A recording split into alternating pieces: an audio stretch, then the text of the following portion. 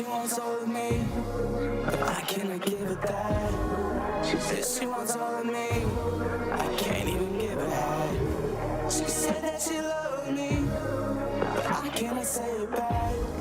Always reminding me of all the days we had in the past. I said, baby, move on, 'cause our love is gone. Like my heart is gone.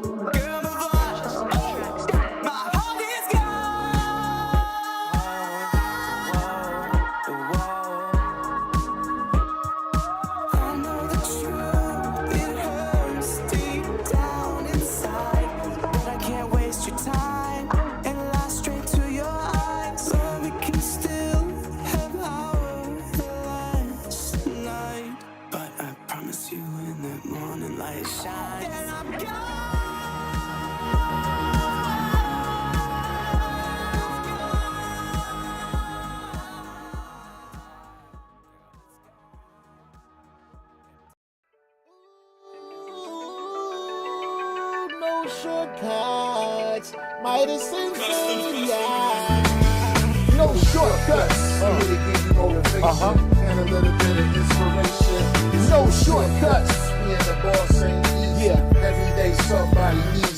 It's no shortcuts. I wake up stretched, say a prayer, coffee and then some fresh air. Time to get it poppin'. I got a fresh 24. Hopefully I'm blessed with plenty more. Meanwhile, I'm thankful for the fire on the inside burning. I keep earning as the world keeps turning. The thing about life is you never stop learning. Hoping everybody Maxwell, Vernon. You make a plan, then you stick to it. Even in tough times, get through it. So get to it. And make sure your family's straight. We going worldwide, you understanding me, mate? Providing a platform where like minds can meet. Closed mouths don't get fed, want everybody to eat. On Facebook, Instagram, YouTube, and Twitch. Tuesdays at noon, let's all get rich. It's no shortcuts. Tell a friend to tell a friend about the No Shortcut Show.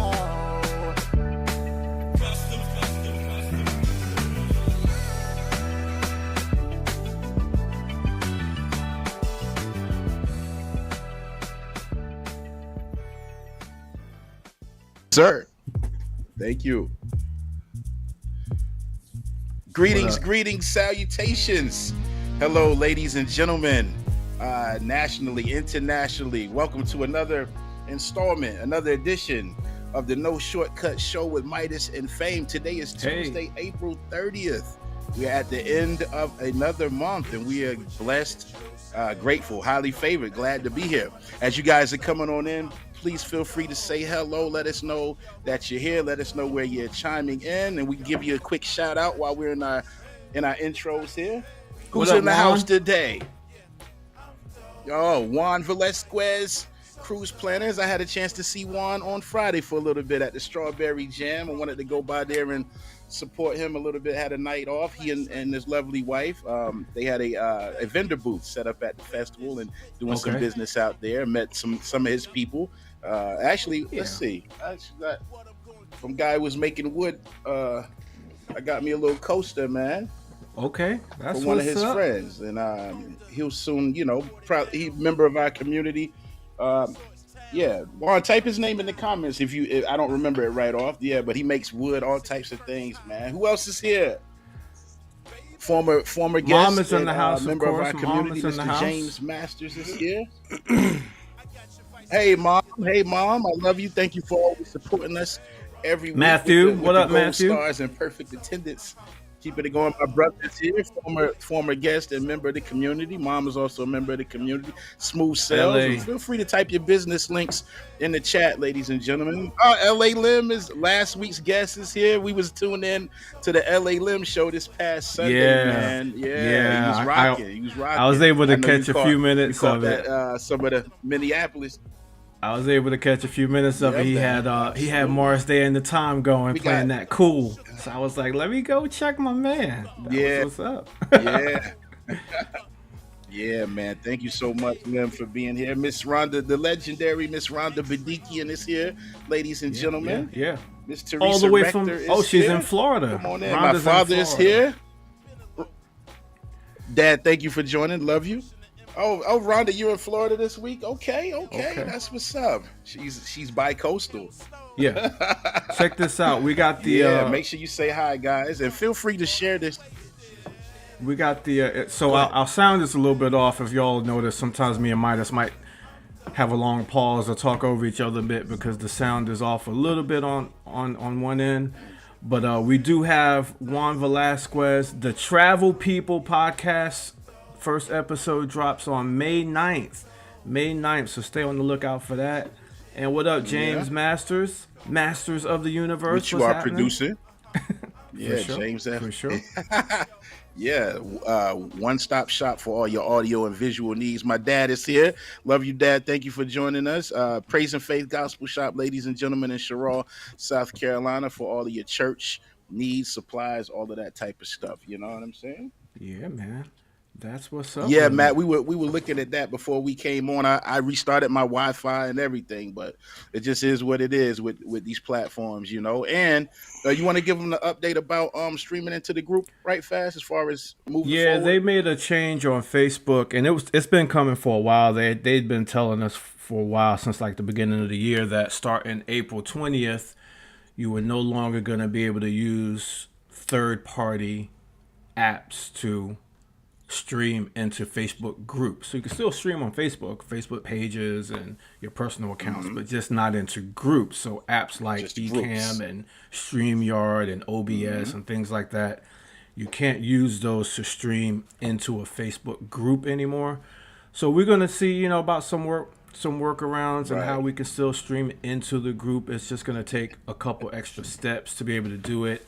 And the only thing I've found so far to be able to do it, we wouldn't be able to use the comments. Like, we wouldn't be able to see your comments if we use the only other option. So, and we need to see those. Yeah, that's the whole purpose of doing this live, because we like your comments, we like y'all to chime in. So we're gonna keep doing it the way we're doing it today. It's on our pages, which you all are, you're friends with one or both of us anyway. And we're gonna keep growing the YouTube because it's on YouTube. Yeah, and we would love to, carry all 600 something of our Facebook community over to the YouTube channel and really start focusing on that one a whole lot more. That'd be great. Yeah. So it may be a blessing in disguise because, again, this is a perfect opportunity. If you don't want to miss any future episodes, just be sure to join our YouTube channel. And if someone would be so gracious enough to put that link, just go over to, if you're on YouTube, just copy and paste that link in the comments. We would greatly appreciate you. And make sure you subscribe to our YouTube, since Facebook is giving us some stipulations about streaming live in the group. Go on and subscribe if you haven't done so. And feel free to share. Shout out to everybody on Facebook. If you're on YouTube, Twitch, if you're catching a replay on Spotify, Apple Music, we appreciate you all. Thank you so much. Yeah. And this is the reason right here that we want to keep good, on man? streaming. How was your weekend? This is why we want to keep streaming the way we do, because we want the comments. When you talked about Praise and Faith Gospel Shop, Rhonda says, I hope y'all don't have any Trump Bibles in there. And the bishop says, no Trump Bibles. No Trump Bibles. No at Trump the Bible. Yeah. Oh, no. Hey, the last thing we wanted, first of all, we're not a political platform. Nah. But the last thing we want to do is get my father started talking about Donald Trump. Yeah, but still, no matter what it is, it shouldn't be on a Bible. It just shouldn't be on the Bible. Tomorrow. No, nope. Yeah, that just don't really match, huh? So he got Yeah, Bibles too. He got sneakers, Bibles, all of this. You can't yeah. keep up with this guy. I You mean, know I what I wouldn't mean? want But it is what it is. JFK We on a try to. Bible or Ronald Reagan or Obama on a Bible either. So it's nothing political. It's just don't need to be on a Bible. Yeah. And it's funny because religion and government or politics is two things you generally try not to mix. Right. But I guess if somebody gonna mix it, he gonna be the one. It's like He oil and gonna be the vinegar. one. He gonna be the one. It's gonna get. He gonna get to that. He gonna get to that bread, man. You gotta. Yeah. You ever poured some oil and vinegar dressing on your salad before you shook it up good? Don't do it if you haven't, guys. Just be sitting there like this, Hey looking at each man, other. we on a tangent. See, this is just like prom back in the day. All the girls on one side, all the guys on the other. But thank y'all for coming. Thank y'all for Yeah. coming in. We appreciate it. We're For gonna sure. proceed. I promise. Yeah, we're gonna do a show today. We're gonna do a show today. But we gonna we gonna do that. Promise. But let's recap our weekends right fast. Since we last congregated a week ago. Yeah. Let's do yours We first. can start with you.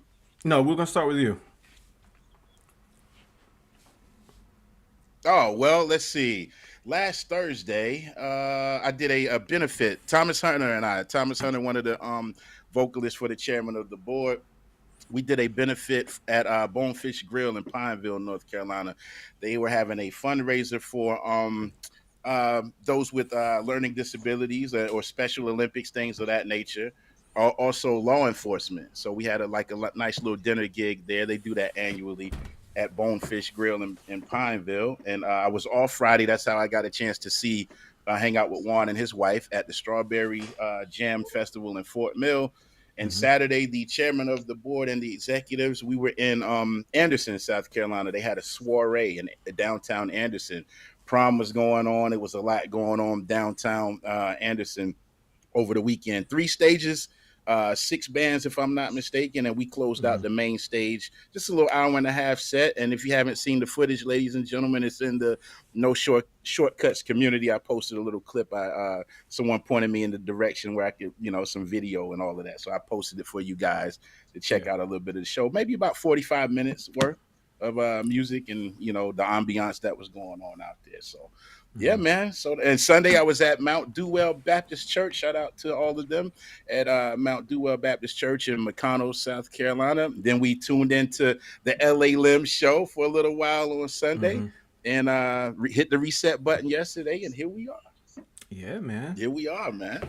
It's a busy weekend. Pretty straight to the point. Yeah, for sure. For sure, man. We had as the weather warms up, everything gets. We had a jam-packed one too, man. I did a wedding on Friday in Charleston. I was in Johns Island at Hart Meadow. Okay. Shout out to Julie That's your second Events, home. of course. That's my home away from home for sure. And Saturday was your boy's birthday. Yeah. I was Happy birthday. Hey, everybody wish Happy birthday. DJ Famous a happy birthday. I know Lim did on his show Sunday, the LA Lim show. But yeah, ladies and gentlemen, everybody wish Famous a happy birthday. Appreciate he turns that. 21. Yes, right. I was 21. I turned 21 on Saturday. legal It now. feels good. I'm legal now. And but I did a wedding. Well, we actually had 2 weddings. We had 2 weddings Saturday. I did one in Charlotte at the Grand Palace at the Palisades Country Club, and DJ Josh, my man Trey J, That's a nice spot. he was at the Ivory Barn doing a wedding for us as well. So we had 2 weddings Saturday, and the bride, the one that I had, she knew it was my birthday because I booked her a year and a half ago or whatever. I said, oh yeah, you get married on my birthday. So she remembered that apparently. So when I got there, everybody's telling me happy, like the mom, the wedding of everybody's telling me happy birthday. So she must have told everybody that, oh, it's my DJ's birthday. And yeah, man, we had a good We had a good time. Yeah. It was a good party. Thank you, Emmett. What's up, Emmett Fleming? My man. That's Emmett. Oh, shout out to Emmett.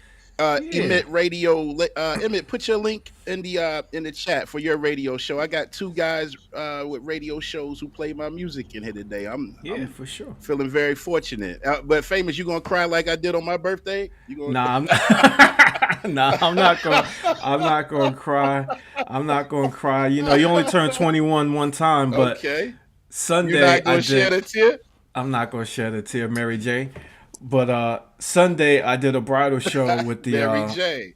with the Carolina bride guy. We had another bridal show on Sunday, which was a success, and I was fortunate enough to meet our guests. You know, I was already booked to DJ his wedding. Hey. He and his fiance are getting married in a couple years. I'm already booked to DJ their wedding, and they came to the bridal show on Sunday to kind of hang out and chill. And it was at the Divine Barrel Brewery. So once he realized it was my birthday on Saturday, he bought me my drink. So James, that was your the answer to your question. My first drink, yeah, I did have a drink on Saturday too. But our guests right here, you know, took care of me for my birthday on Sunday, and we had a good time partying while I was awesome. Performing at the bridal show, meeting people and having a good time. But let me tell you about our guest. Yes. This dude is a Tell us about him. Yeah, he's a good guy, man. I could barely get my work done because we were just having such a good time on Sunday, chopping it up, man. Music lover. Yeah. And he is a rapper, producer, singer. That track we played at the top of the show, that was his track called Dawn. I'm going to get you the links to his SoundCloud so you can follow all of his music as well. He has lots of good music. I just had to choose one that was appropriate for noon during the week, but he has a lot of good music, and I really wanted to talk to him about, you know, his, you know, what he's doing, you know, trying, you know, getting his music out there and what that looks like these days, you know, because we talk to a lot of musicians and a lot of singers and R&B and things like that, and I wanted to get back to the perspective of a hip hop artist, you know, what it's looking like with the changing landscape in the hip hop genre. So, with no further ado, let's get our applause. Let's get some ones in the chat for my man Charliie Wardd. What up, Charlie? Yes, please. What up? Yeah. Thank you for having me. Welcome, man. Welcome.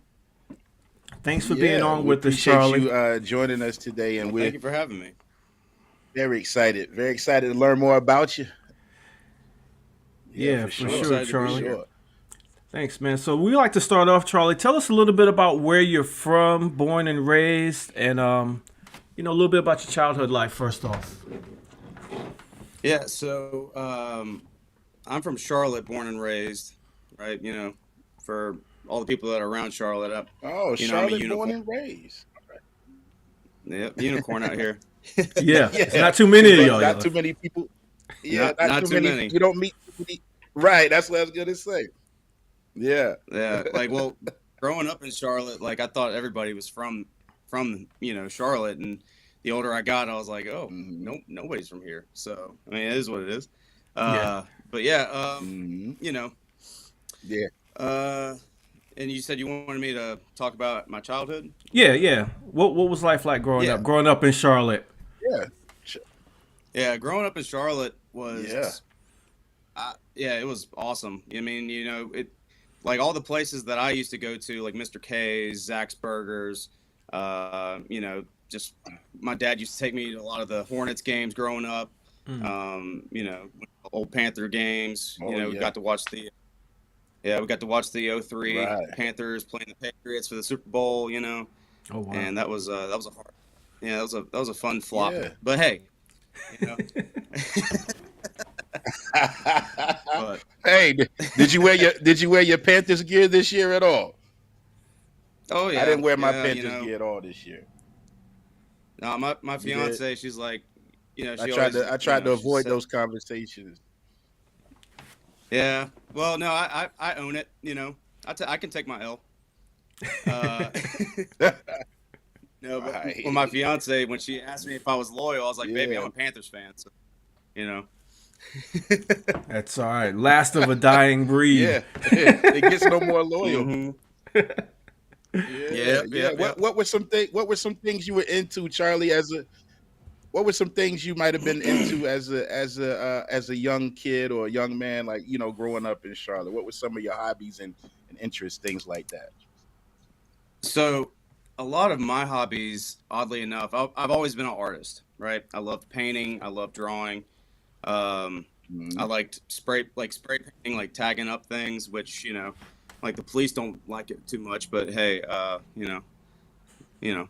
you just have to find your people that let you do it. So, but yeah, like go to like skate parks and do some spray painting over there. I had some really cool pieces that I did. That is on my it was on my Charliie Wardd page. I think it's still on there, but yeah, like I still have on most of IG. these yeah. I still have most of my hobbies that I had from when I was a kid. Okay. I've kind of been the same. I've been the same person just about my whole life. Like I've always kind of while everybody else was playing like in groups, I was always kind of off doing my own thing. Right. I never really was one to be with the crowd. I always kind of did my own thing. And, I always loved trying to create things, if I could put that into simpler terms. But, yeah. Shout out to DeMario Ellis joining us too. Oh my God, DeMario, fantastic bass player. I think he's out of Charlotte himself. We've played a few gigs together. Shout out to him for joining us today. Cool. Yeah, man. So, Charlie, did you have any siblings, or were you only child? So I actually have 2 brothers and 1 sister. Okay. So, yeah, I have an older brother and a younger sister and a younger brother. Okay. And when you say you were just always into doing creative things and creating things and within the arts, is that something you feel that came from your parents? Were they also creative people and into the arts? Mm-hmm. Yes, sir. So my dad was my dad was always a really good artist as far as doing like pencil drawings, ink drawings. But me and him, when I hit my teenage year, actually had a airbrush business, like airbrushing T-shirts and helmets. We did that, nice. that was a really cool thing. Because like I played sports, as a kid, like growing up, I played basketball, baseball, football, things like that. But I kind of got away from it because, I had a nice injury from football where I, like kind of messed up my shoulder a little bit. So I was like, maybe this isn't for me. Because I knew what it was. I knew I wasn't going to be in the NFL. So right. I wasn't trying to. Right. Yeah, I run slow as hell. So. Yeah, you don't want any long-term damage. Yeah. Well, it's actually a little bit ironic because I joined the Navy when I was fresh out of high school. So whenever I went to the Navy, I actually tried out for the rugby team. And so I played rugby when I was in the Navy. And I got to travel to all these really cool places to play on their team. And, I still got my jersey in here, which is, it was a really cool experience until I dislocated my kneecap twice. Nice. So. Oh, my goodness. So that kind of ended that career. Twice. One wasn't enough. Well, the first time. Let me ask you this. The second time was at a practice. Okay, I got you. I was curious, when did you start developing a passion for music, and also what were some of the maybe artists or genres of music that you listened to early on? Yeah, so I actually grew up singing in church. That was where I got my start. My mother was at. Yeah, we give you opportunity to sing. Yeah. So my mother. I said we'll give you.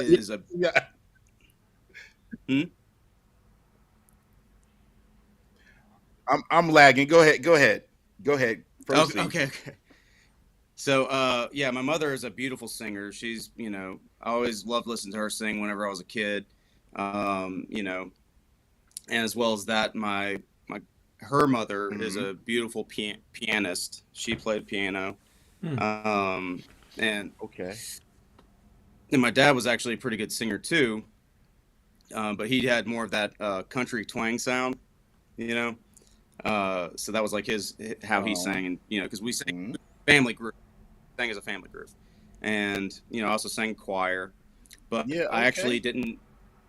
Yeah, I didn't discover my love for music until I want to say my dad's mother, my grandmother. She introduced me to James Brown, Queen. Yeah, a whole bunch of different artists, but James Brown was the one I took to the most, because the man just unparalleled. Like to this day, you know, like This Is a Man's World. Like, yeah, like that song is just I love that song. yeah. And my grandmother would be driving James down Brown the road, had and he had that way about him, man. And my grandmother would be driving down the road, and she would always do this thing where she would be bobbing her head, you know, driving, and she'd be like, it would like get her out of her. Yeah. Hey, we're driving in a car right now, you know, so let's be precautious. No, she would start bobbing her head, and then she's, oh, hey, look at this over here, you know, like, and I'm like, hey, like, look at the road.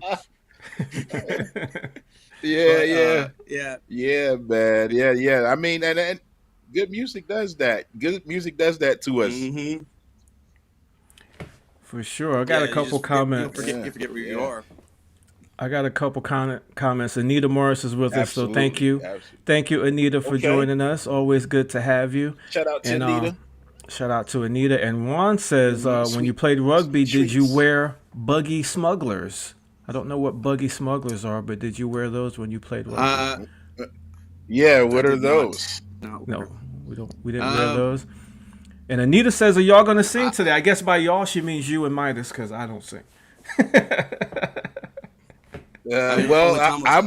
Listen, I'm not the guest, so that y'all needs to be turned to a you. Yeah. Oh, okay. Are you going to sing today? Yeah. I know we talked, Charlie. Depends. I can sing anytime. Yeah, always ready, right? Always ready. It just depends on what it is. There we go. I know we talked about your James Brown influence, Charlie, and I want to let the people know that I had the pleasure of hearing your record, your James Brown tribute. What's the name of the record?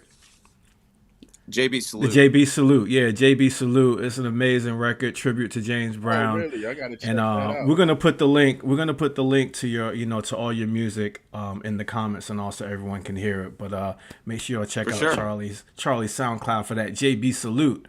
So James Brown was a big influence, and who else were you listening to coming up? So who else? James Brown was. Yeah, so it started with James Brown. That was like my first introduction to having that kind of funky type of sound that I wanted to kind of adopt. Funk. And then I started getting into the hip hop scene. And weirdly enough, like one of the first hip hop songs that I ever heard was Usher's "Yeah," and and I don't know, like it was just. Yeah, you're a young man. I was very young. Yeah, and when I first heard it, I was like, what is this? Yeah. And so I started really kind of diving into that. I started listening to Nas. Not Lil Nas X, but Nas. Yeah. Right. Let's be clear. Yeah, I gotta be clear about that. Yeah. Yeah, started listening to a little bit of Wu-Tang. Listened to, I got into J. Cole, Kid Cudi, and a whole bunch of different variety of artists. But J. Cole was a big influence on like me not trying to adopt how he writes his lyrics and how he is able to make his bridges happen, how he has his intros and all that, but more so just pushing myself to try to be the best lyricist that I could be, and because I I don't want to be one of these artists that's out here rapping and singing about things that I don't know, that I've never experienced, right? Because you can smell a mile away. So, and yeah, that was like my something I definitely. One thing I like about J. Cole as well, that now that you brought his name up, is he's himself.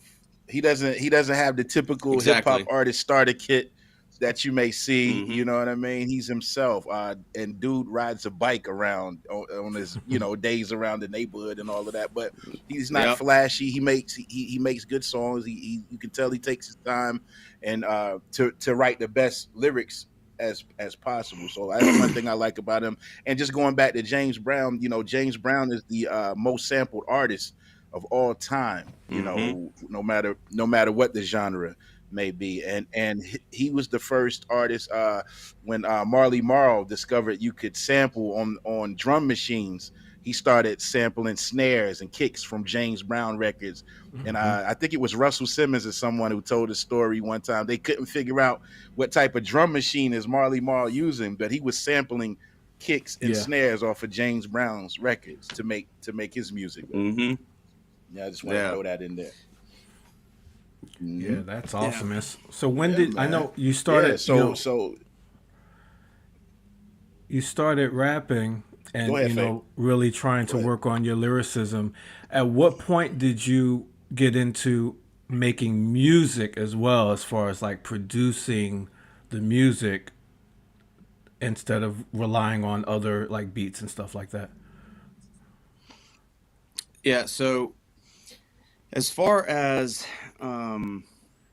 me making my own beats, so I'm still in the learning process of that. Right now I'm working with other producers to get my sound, but I'm on my way. I'll say that because I don't want to say like I'm out, because the songs that I have now were ones that I worked with other producers on. Okay. So I'll be honest about it. Yeah. So I don't want to steal anybody's. But so so growing up, I also used to, like, when I was a kid, you remember phonics class? Yeah.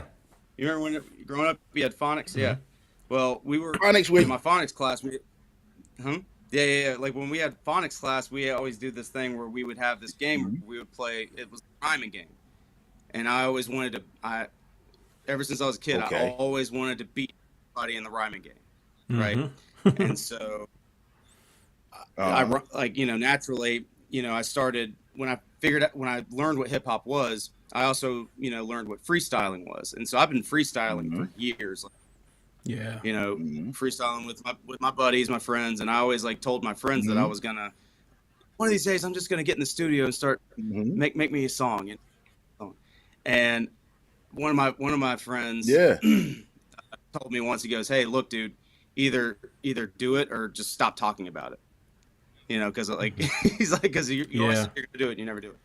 So about 8 years ago, about 8 years ago, I went and got in the studio with Maximus Productions with my boy Ira. He has the biggest studio in Charlotte, and whenever he was also on his come up, he's still on his come up. Everybody's come up, but he was working out of a bread shop, and it was still a very nice studio. But I got in there, and the first time that I heard my voice over the speakers in that studio, I knew instantly in that moment. It's weird, right? I knew instantly. Yeah, it was very, very transcendent. Yeah. So did you have to adapt to hearing yourself on playback? Did it take a minute for you to adapt to hearing yourself on playback? A little bit. A little bit. But I've always been pretty comfortable with hearing my voice through speakers, and I always the only thing I really had to do when I adjusted myself was I had to take one of my headphones out so that I knew that how I was sounding, because whenever you're doing it through there, you can sometimes get that feedback, and that would let me know like how close to stand, how any kind of like timing issues that I might run into. I kind of adjusted that way. But other than that, no, I never really had that much of a issue. Gotcha. Yeah. The reason I asked is because, I'm used to hearing myself at this point back, but I remember early on hearing myself on a playback, because when you're talking, there's a vibration that's going on as you're speaking, but listening to yourself on playback, you're missing that internal vibration, I assume. So that it took me a little bit early on to get used to hearing myself on playback. I was curious if you went through the same thing or not, but that's cool. You didn't have to deal with that part. Yeah, well, there are times where, it's kind of funny because like the first few times I did it, I didn't have that issue. And I think like when I actually built my own studio and was learning the tools and, my DAW and everything. And for those of you who don't know, it's a digital audio workstation. Just, I took a class once. Yeah. But yeah, so when I started learning to do it myself, that was when I had a little bit of issue, but mainly just to make sure I'm getting the right tweaks on my through my software. We'll say that. But, yeah, well, I'm still having that problem now. I can't. I don't like to hear my voice on playback. I can't listen to the show. I get Midas to do all the talking. Yeah, even when when we started working together, DJ and MC, it was because I did not like to hear my own voice on a microphone. Yeah. So that's still something I'm working through. A couple comments I wanted to get to. Emmett said when you were talking about the James Brown and Midas was talking about the history of the sampling with Marley Marl. He said, "Preach that history, Midas." Oh yeah. And Rhonda Badikian says, "Too bad Clyde Stubblefield never got any money from sampling, as James Brown owned all the copyrights, so the drummer didn't." It was like let the drummer get some, but the drummer didn't get some. Drummer did not get some in that case. Yeah, they ain't get a drummer none, man. and so if you guys are not familiar with Rhonda, she's the expert. Rhonda's the expert with helping clients, artists, with publishing and accounting and things of that nature, royalties and things like that. She started out in the early years of Motown when she was actually in college or just getting out of college, and she still handles a lot of your favorite artists to this very day. So she knows exactly what she's talking about. Yeah. Rhonda, if you could just leave your email in the comment, let them. Yes, let's put y'all in contact with each other for sure. Yeah, she's absolutely on Facebook. Yeah, and Charlie, I'll get you the link. On our YouTube, you can watch the episode where we actually interviewed Rhonda, and lots of gems she dropped in that episode for sure. Yeah. I wanted to ask you, Charlie, about just being an emerging hip hop artist right now in this landscape. It's a lot different than what Midas and I and lots of others are used to. You used to have to go somewhere and record and send it to places and print it out and get CDs and all this kind of stuff. And you just mentioned you built your own studio at home. It's a lot of things are different now. Talk to us a little bit about the landscape of the hip hop community as it pertains to like local artists and what it looks like for you, like what you're having to do now to get your music heard. For sure.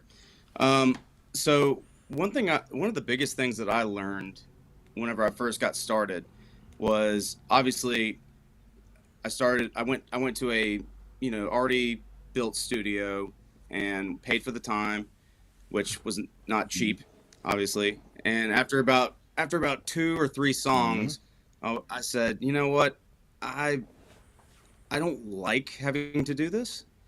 And I've always been a very independent person. I like being on my time whenever I'm trying to create anything. And so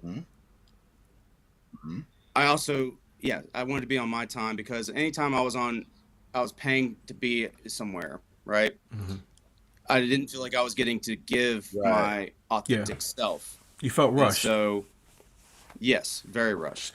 And so I looked into what I needed to get my own studio started, and I'm also a buy once cry once type of person. I think I told you that what was it, Sunday?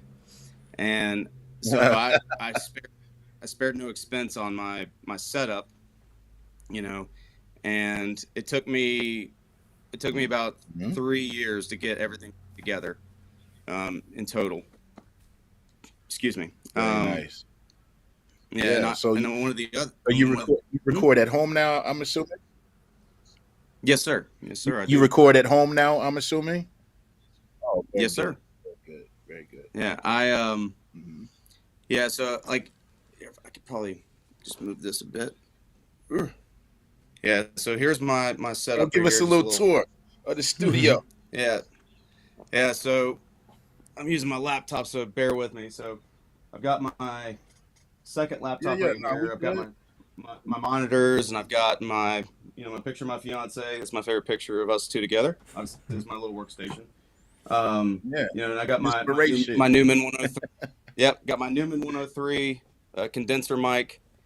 It's okay. And that was a mic that I had tested, prior, because I had a friend of mine that had bought the 102, and I was like, well, if I sound this good on the 102, I might as well just kick it up a notch, Yeah. And very nice. And and so and another thing too that I also learned, especially when it comes to the music industry nowadays, especially for younger artists, is it's all about making those connections with other artists. That was when I really had a really good, I want to say, progression in my music career, because when you're around like-minded individuals, you're gonna pump each other up. You're also going to be having that subtle, friendly competition to see who can put the best bars down, who can make the best, and also just coming up with like new ideas on how to get yourself out there. And so I think my biggest thing I would tell anybody is just to surround yourself with individuals and make those connections, no matter how small it is.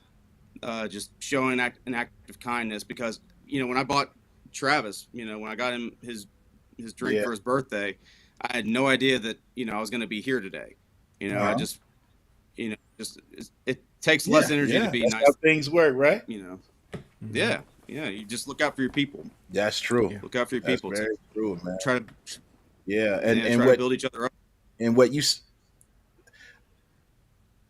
That's right. And I was just going to piggyback on what you said as far as collaborations and, networking amongst artists. That's exactly what Famous and I did many years ago locally. We had the platform to do shows, but we shared our platform with other local artists, giving them an opportunity to perform, and invite their fan bases out. And then through that, I was able to collaborate with other artists and vice versa. So I think what you said is definitely hit the nail on the head as far as growing fan bases, because you end up intertwining, especially from a just I guess a grassroots level as you're trying to build, for sure.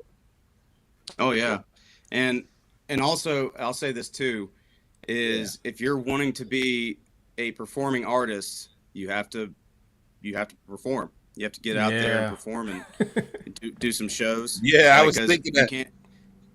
Because one of the biggest things that I, because I've made friends with a ton of different artists that are, they're really great, but they don't want to get out on stage. They want to just put their music out, and they hope that it catches someone's attention.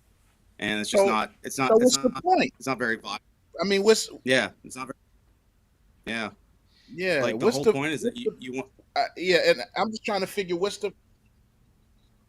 Yeah, and I know I'm lagging, guys. I'm sorry, but I was just like, what's the point? Honestly, just to make music. Now, granted, we're in a day of technology where you can share your music a lot easier, especially if you upload it and things like that, right? I don't have to send you a CD, or I don't have to send you a tape. I could put it online and people can hear it that way. But in order to grow as an artist, you definitely, want to perform your material, and then, of course, by performing your material, you can encourage others to go, whether you're selling it, whatever the case, drive them to your website, things like that. So at some point, if you're being a creative, you have to put your stuff on display at the ultimate level, which would be through performance. Yeah. Now there's one thing in particular.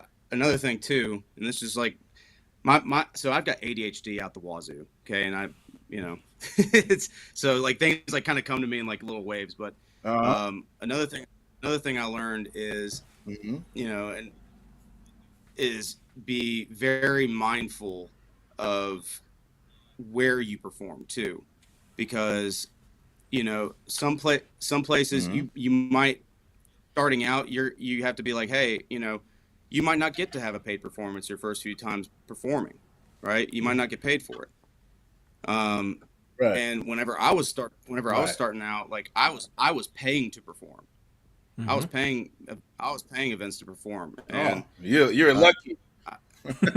Yeah. I was paying to perform, and it wasn't cheap either. Like, I remember there was one time in particular. There was this, what was that one guy?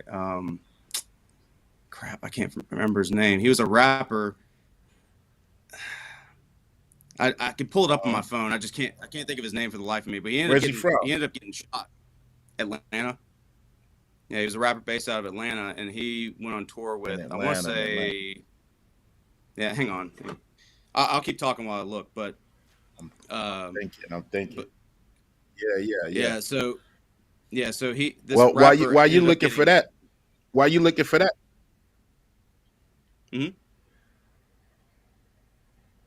Yeah. Okay. While you're looking for that, I was just gonna say, man, I mean, to start out performing and getting paid is awesome, especially doing the genre of hip hop, because you really don't have a lot of places locally that are even accepting of, as far as performance, and you usually got to go into it as a exposure type of thing initially.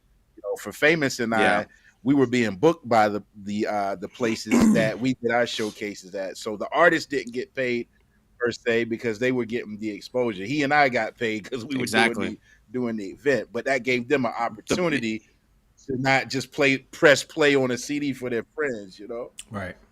Yep. They were doing like the you were doing the promo basically, right? Yeah. So we were getting something from it. But that's important, man. You gotta, like you said, you gotta be able to get out and perform, your art, because that's the only way you're gonna know if it works or not. Because if you're listening to it at home, I'm the best DJ I know in my house.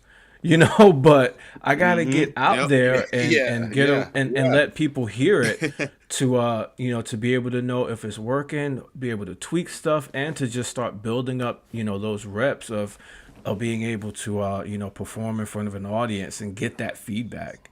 That's very important. Yeah, for sure. Yeah, because like you'll know instantly if they're vibing with it or not. Right. You will know instantly. And I can't. Yes, I got too many pictures on my phone because I actually. I'm trying to think. Was it a younger rapper? Yeah, he was a younger rapper. He ended up getting. I'm trying to think. Killed. Not too long ago.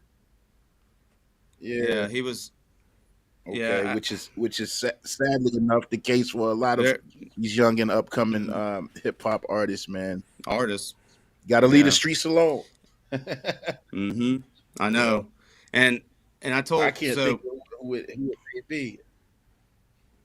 Yeah, well, I remember I saw it on the news, and I was like, get out of here! I was supposed to open for him, and the crazy thing is that it was at a strip club. Was it a strip club? It's like right in First Ward. There's like I think it was a strip club. I forget what it was, some kind of club, and because this was years ago. That's what a performance was supposed to be.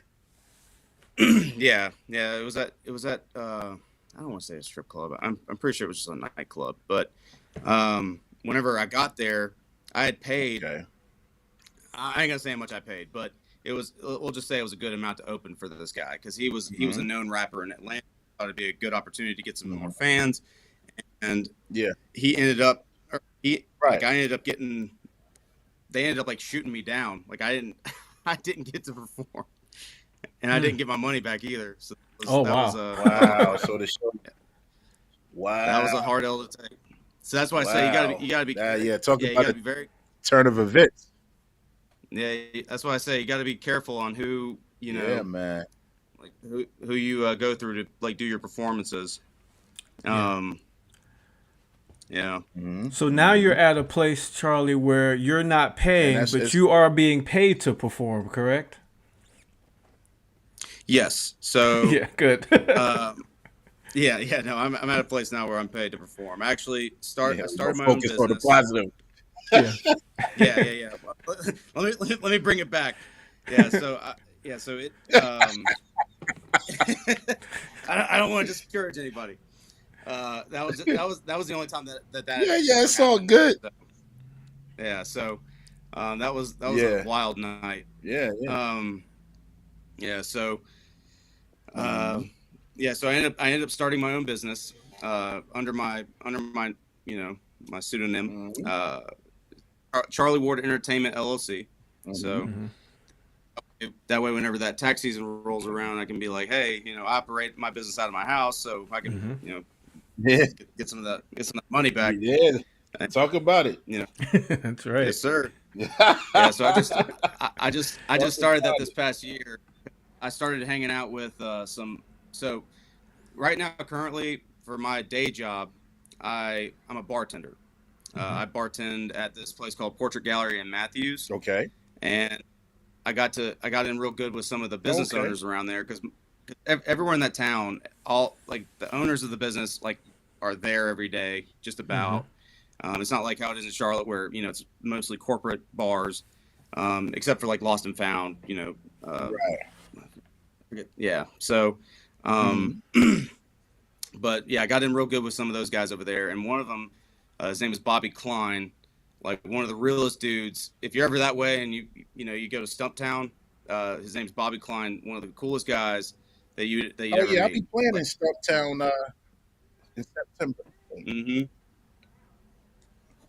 You're gonna be in Stumptown in September? Okay.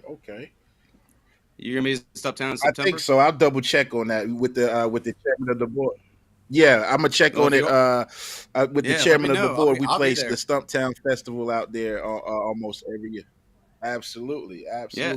Was that rapper's name? Was it Trouble? I just did a quick. Was it? Yes. Did a quick Google search. It was Trouble. Yeah, that was his name. It was Trouble. Okay. There you go. Trouble. Yeah. Yeah, I was supposed to open for him. Yeah. And I remember seeing that on the news. I was like, dude, what? It's wild. I told my fiance. I told my fiance. I was supposed to open for this dude, and she was like, I don't care. I don't know who that is. Like I mean, she obviously she cares that he. Like, I don't want to make her sound like she doesn't care about like somebody losing their life. Right. Right. But she's like, cool, Blake. You didn't get to open for him. Good job. But lessons learned, though. Yes. Yeah, lessons learned. But when I surrounded myself around those guys, Bobby told me, he was like, "Hey, dude, you need to start your own business." And he like kind of broke down all of this because like growing up, like my family didn't have a lot of money growing up, right? That's just what it was. Granted, I have a loving family. Full beginning. They did the best they could, and so no complaints on that. But I had nobody to teach me how to to have a business mindset, to have all these things set in place. Even though my father owned his own business, I never really learned how to start anything of my own, how to start thinking bigger picture until I kind of got in with these guys. So, started that this past year, working to build my brand up, build my business up, and start, kind of doing what you guys do, set up my own shows, get with other artists to, if they want to record, like I'll, get them set up, and then help book shows for them to help them grow and help them build their brand. So, okay, so you're like a one-stop shop for artists, possibly if they need to record, get booked, of course, talent-wise, if they're, if you can present them to have to be booked and have a performance. Sounds like you kind of just, maybe, just I guess helping with artist development and also providing them a place to record as well. Just and all around, just like giving back, because having dealt with that hustle, like you can respect like other artists that are just, they all want to get their name out there. They all want to grow. And I want to be able to help give back and help them achieve that. So, and I also don't want to be one of these labels that are out there taking advantage of artists. I don't want to take advantage of it. I want to be able to, just help out. Mm-hmm. Yeah. So it also sounds like you plan to remain independent along your way. Is that the plan? Yeah. That's the plan. Yeah. Very nice. Because then, I mean, if anybody at home doesn't know the music business, and Rhonda, if she's still on here, you got the word music and the word business, and I think if she said when she was on here, sometimes the word business a lot louder than the word music in the music business, but a lot of times, the artist is at a disadvantage. It's almost like you're playing a game of chess, kind of, for lack of a better analogy. The labels and the label executives are trying to keep as much of the pie as possible, and it's on artists, it's up to artists to learn the business of music and make sure you get your fair share of that pie, because they're not going to just give it to you. They're not going to just give it to you. No. But you have to, planning to be independent. Yes, sir. Go ahead. I'm sorry. Oh no, you're fine. You're fine. I have to hold myself back because I have a tendency of cutting people off, and I'm really bad about that.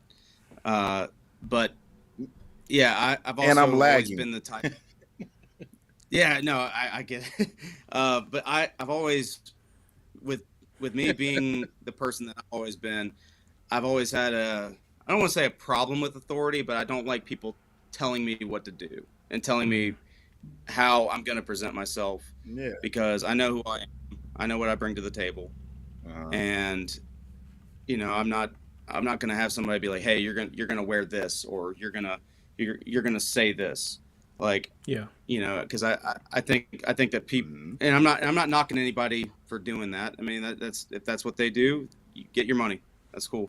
But, I'm of the mind of, money is not my only motivation in this life. I think that money is a tool that it's a necessary evil, I guess we could say. But I'm not going to let money be the only thing that motivates me in this life. So good deal, man. I do have a question from Juan. Do you have any shows coming up that we can see you at? When's your next show? So right now, I just did a performance this past December, and I took some time off right now because I've got some other projects that I'm working on, and I wanted to bring my total focus in on that. But I've got a few places that I'm in contacts with. Stumptown is one of them. Working out something with Bobby here soon, where I'll come in, and we're trying to set up a once a month type of deal, where I come in once a month and do a performance. Because the last time that I performed there, which was the one I did in December. The last time that I performed there, the crowd out in Matthews, it's not very hip hop friendly, I guess you could say. And so when I got out there, it was great. That's what it was popping though. Like, I mean, we had a lot of people that were really enjoying the show. They loved it. But it's also not what they're also very old school. They like, just acoustic guitar kind of thing set up, or they do DJs, that kind of thing. But There's also this other place out in Albemarle that I'm got to get in touch with here soon, called Loping Crow. It's actually this what I'm drinking out of right here. Let's see if I can get that. Loping Crow Distillery. I've done like private events for bartending for them, and I'm also a big bourbon nerd. I love bourbon. And they have like some of the best bourbon that I've ever had. Oh, cool. So big shout out to them. You get that included with your compensation? Of course. Yeah. Of course. Do you get that included? Yeah, buddy. Yep. Absolutely. I do have another. Okay, I was just checking. Another comment. This one's from Emmett, talking about learning. It's all about learning. Even Rihanna was continually learning. Dated a billionaire, and then she learned how to be a business. Now she's worth 1.4 billion, and hadn't put an album out since. That's right. You got to learn how to diversify. Yep. She's diversified, right? She's diversified into some other products, fragrances, perfumes. They need to make music anymore. Yeah, if you can use your music to be a launching pad for some other things, And Juan is also in the Bourbon Club with us. He's in the Bourbon Club. So call up Juan. That's the number. I'm a bourbon guy myself. Cool. Yeah, I'll put it back up there. Go ahead. Yeah. Oh, you got it? No, I already got it. Yeah, I got it. It'll be in the comments. Yeah. Good deal, man. Yeah. So we can also help you out with all of your vacation needs. Yeah. Charlie, let folks know how to get in touch with you, how to follow you. Of course, we're going to keep in touch. I'll be letting them know, once you finalize your details with the shows and stuff like that. We'll be putting it out there, of course. And we got to talk about working together. Me, you, and Midas going to do something. But let the folks know, how to find you. Okay. Yeah, so you can find me on Instagram. My IG tag is Charliie Wardd, 2 I's, 2 D's, all one word. The 2 I's, and 2 D's. That's what you see. So, yeah. And I already followed both of y'all on here, so I'm doing it right now. You should just see a follow back. Okay. So I'm just following you now. Yeah. Make sure y'all follow. If you want to. Yeah, and I sent the link for my SoundCloud to Travis, I believe through text. So if you could put that on the bio or whatever links. Yeah, I sure will. And and you can also find me on Spotify right now too. You just type in Charliie Wardd. It should have, it should be one of the first few names that pops up. It's verified, so it's a verified account. But right now I've got some legal things I'm dealing with for Apple because I changed my name on Apple Music, and for some reason Apple's like, Apple Music's a little harder to deal with on the legality side. Okay. Yeah, because so the name, so Charliie Wardd, not my actual name. Right. My actual name is Blake. Yeah. So I had a different rap name before, which I don't want to go into because it was a really bad one. It was a really bad one, but the name Charliie Wardd. We don't have to do that. Huh? Yeah. No, but the name Charliie Wardd, I actually, I'll tell you the name. Why not? I don't care. I'll be an open book.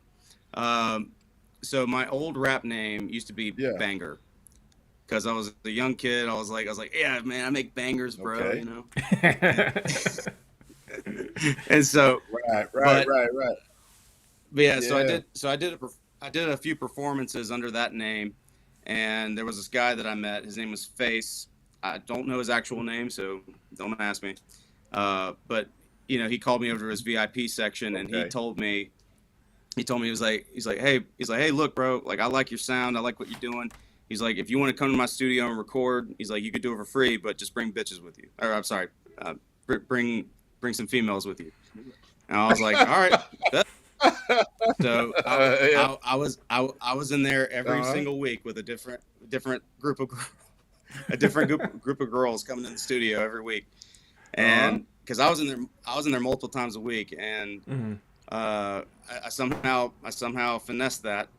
And there was one day Face kept calling me Charlie, or if he called me over the phone, he'd say Mr. Ward, and one day I was like, Face, why? I was like, why you Really? keep calling me Charlie? Yeah. I was like, because he called me all kinds of things. Like he's from Chicago, and he called me like nephew, or like little things. I never really thought much of it. Yeah. And one day I asked him, I was like, Face, why do you keep calling me Charlie? And he goes, Charlie, take a seat. And I was like, okay. He goes, Charlie, I love what you're doing. But me being a black man from Chicago that is also educated, your name is going to get you shot. Yeah. Banger. Yeah. Yep. He's like, as far as like street politics and all of that stuff. Mm. Yep. And it was one of those things where I hated my name. I hated my name because it didn't fit me. It didn't fit who I was. Right. I just did it on a whim. But I always was like, it would be a hassle to go back and change all of my stuff over on every platform. Hassle, but that was just me being lazy. And and so he goes, your name is going to get you shot. And I was like, yeah. I mean, because I had a little bit of a taste of that one time in a story that I'm not going to get into on here, but because it's a whole long story. But anyway, so he asked me, he goes, have you ever seen based on your Mac? Name? Based on the name Banger. Yeah. Based on the name Banger. Previous situations. So, yeah, I was in a little bit of a sticky situation at one point with that name, but I could tell you all about that later. But he asked me if I'd heard of the movie called The Mac. Have you all ever heard of that movie? The Mac, yeah. We're old. Yeah. With Richard Pryor. Yeah, got it. Come on now. Got it. Yeah. And let's not forget about Max Julian. We gotta shout out Max Julian, right? For sure, the Mac. Love that movie. Goldie. Yeah, it's a great movie. Yeah, but go ahead. I'm sorry. Yeah, so you're good, guys. You're good. But yeah, so the movie was, obviously, for people that haven't seen it, it's a movie about a guy that gets out of prison and he ends up becoming a pimp. And it was based out of Oakland back in the 70s. And and so like I watched the movie, and then we watched the movie in the studio, and then we watched the documentary. And in the documentary, it talked about how in those times, like the police weren't, because it was a black film, like a black owned production company that was filming it. Like the cops didn't want to have anything to do. They didn't want to have anything to do with it. Like, forget the fact that Richard Pryor was in it, which he was like the biggest that he was at the time. That was at his peak. Right. Cops still didn't want to give him protection from like the local gangs and Black Panthers at the time. So what the production company did was they hired actual pimps that they put in the movie to give them protection from the local gangs and the Black Panthers and whatnot. And they had from that town. Yeah, from that area. Yeah, they hired the local pimps that were in that area. And they were the Wardd brothers. It was Frank and Charliie Wardd. And he said I didn't look like a Frank. He said I didn't look like a Frank. And I was like, okay. I mean, I get it. But why? He goes, Charlie, you bring different girls in here multiple times a week, and I haven't seen the same. He's like, and they're all different. He's like, bro, you a pimp, dog. Yeah.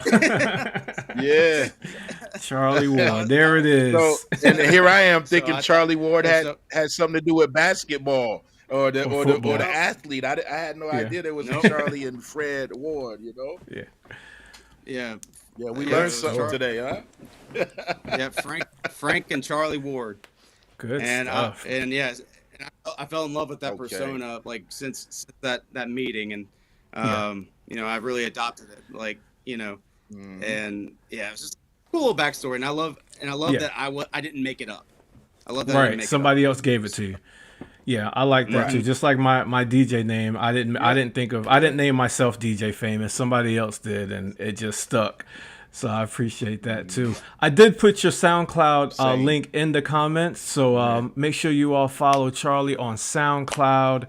I put the link up. Listen to all his music, especially that JB Salute is hot. And I also put his IG on the screen, so follow him on IG. Juan says, Charliie Wardd the pimp. It's hard out here being a pimp, ain't it, Charlie? Yeah, especially when you're engaged. Especially when you're engaged, right? Emmett says C-Dub would have been cool, but it's taken already. Yeah. Oh, yeah, yeah. That's true. Yeah. So, Charlie, we're going to close out with you, now, man. on Spotify, is it spelled how? I was just asking real quick. I'm sorry. On Spotify, is it spelled with the 2 I's and 2 D's? 2 D's on Spotify? Okay. All right. No, so Spotify, yeah, so I tried to go, like, with my Instagram tag, I tried to go with, the official Charliie Wardd, like, have it spelled. But how it's spelled out here on the screen, I don't know if that's how it shows, but it's just spelled Charliie Wardd with 1 I and 1 D. Okay, I see it on Spotify. And SoundCloud. Yep. Perfect. Yeah, it should be one of the first few artists. Okay. Perfect. So follow Charliie Wardd on Spotify. Charliie Wardd, no gimmicks in the spelling for Spotify, but on the IG there's 2 I's and 2 D's. And then on the SoundCloud, I put the link in the comments. So make sure you follow Charlie. Let's keep up with what he's up to. And Charlie, any last words, any advice for others looking to follow in a similar path and get themselves seen and heard in the hip hop scene right now? Yeah, so the final thing I'll say is, just like anything in life, you get what you put into it. You get back what you put in. And, we don't, we're all out here trying to get it the best we can, but when we can make connections with other people and grow together, that's whenever you can really make a change. Yeah, absolutely, man. Brother, we want to thank you so much for coming in with us this week. No, thank you for having me. Yeah, this has been a pleasure, and connections have been made just like that. Just buying a brother a beer. I can't wait to collab with y'all. Yeah. Now we're gonna connect on some other stuff for sure. Yeah, we're gonna put something together, man. Yes, sir. Indeed. And Rhonda said, feel free to give you her email, so I'll be sure to give that to you as well. And man. Absolutely. We appreciate everybody for joining us today, taking a moment out of your day or your lunch hour. Depending on what time, whether it's lunch or breakfast, what have you, dinner for our international viewing. But thank you all for joining us. Shout out to YouTube, shout out to Facebook, shout out to Spotify, Apple Music, and shout out to Twitch. We thank you all for joining us today. And we'll see you all next Tuesday, same time. Let's do it again. Yes. Everybody have a good one. Thank you. Stay on, Charlie.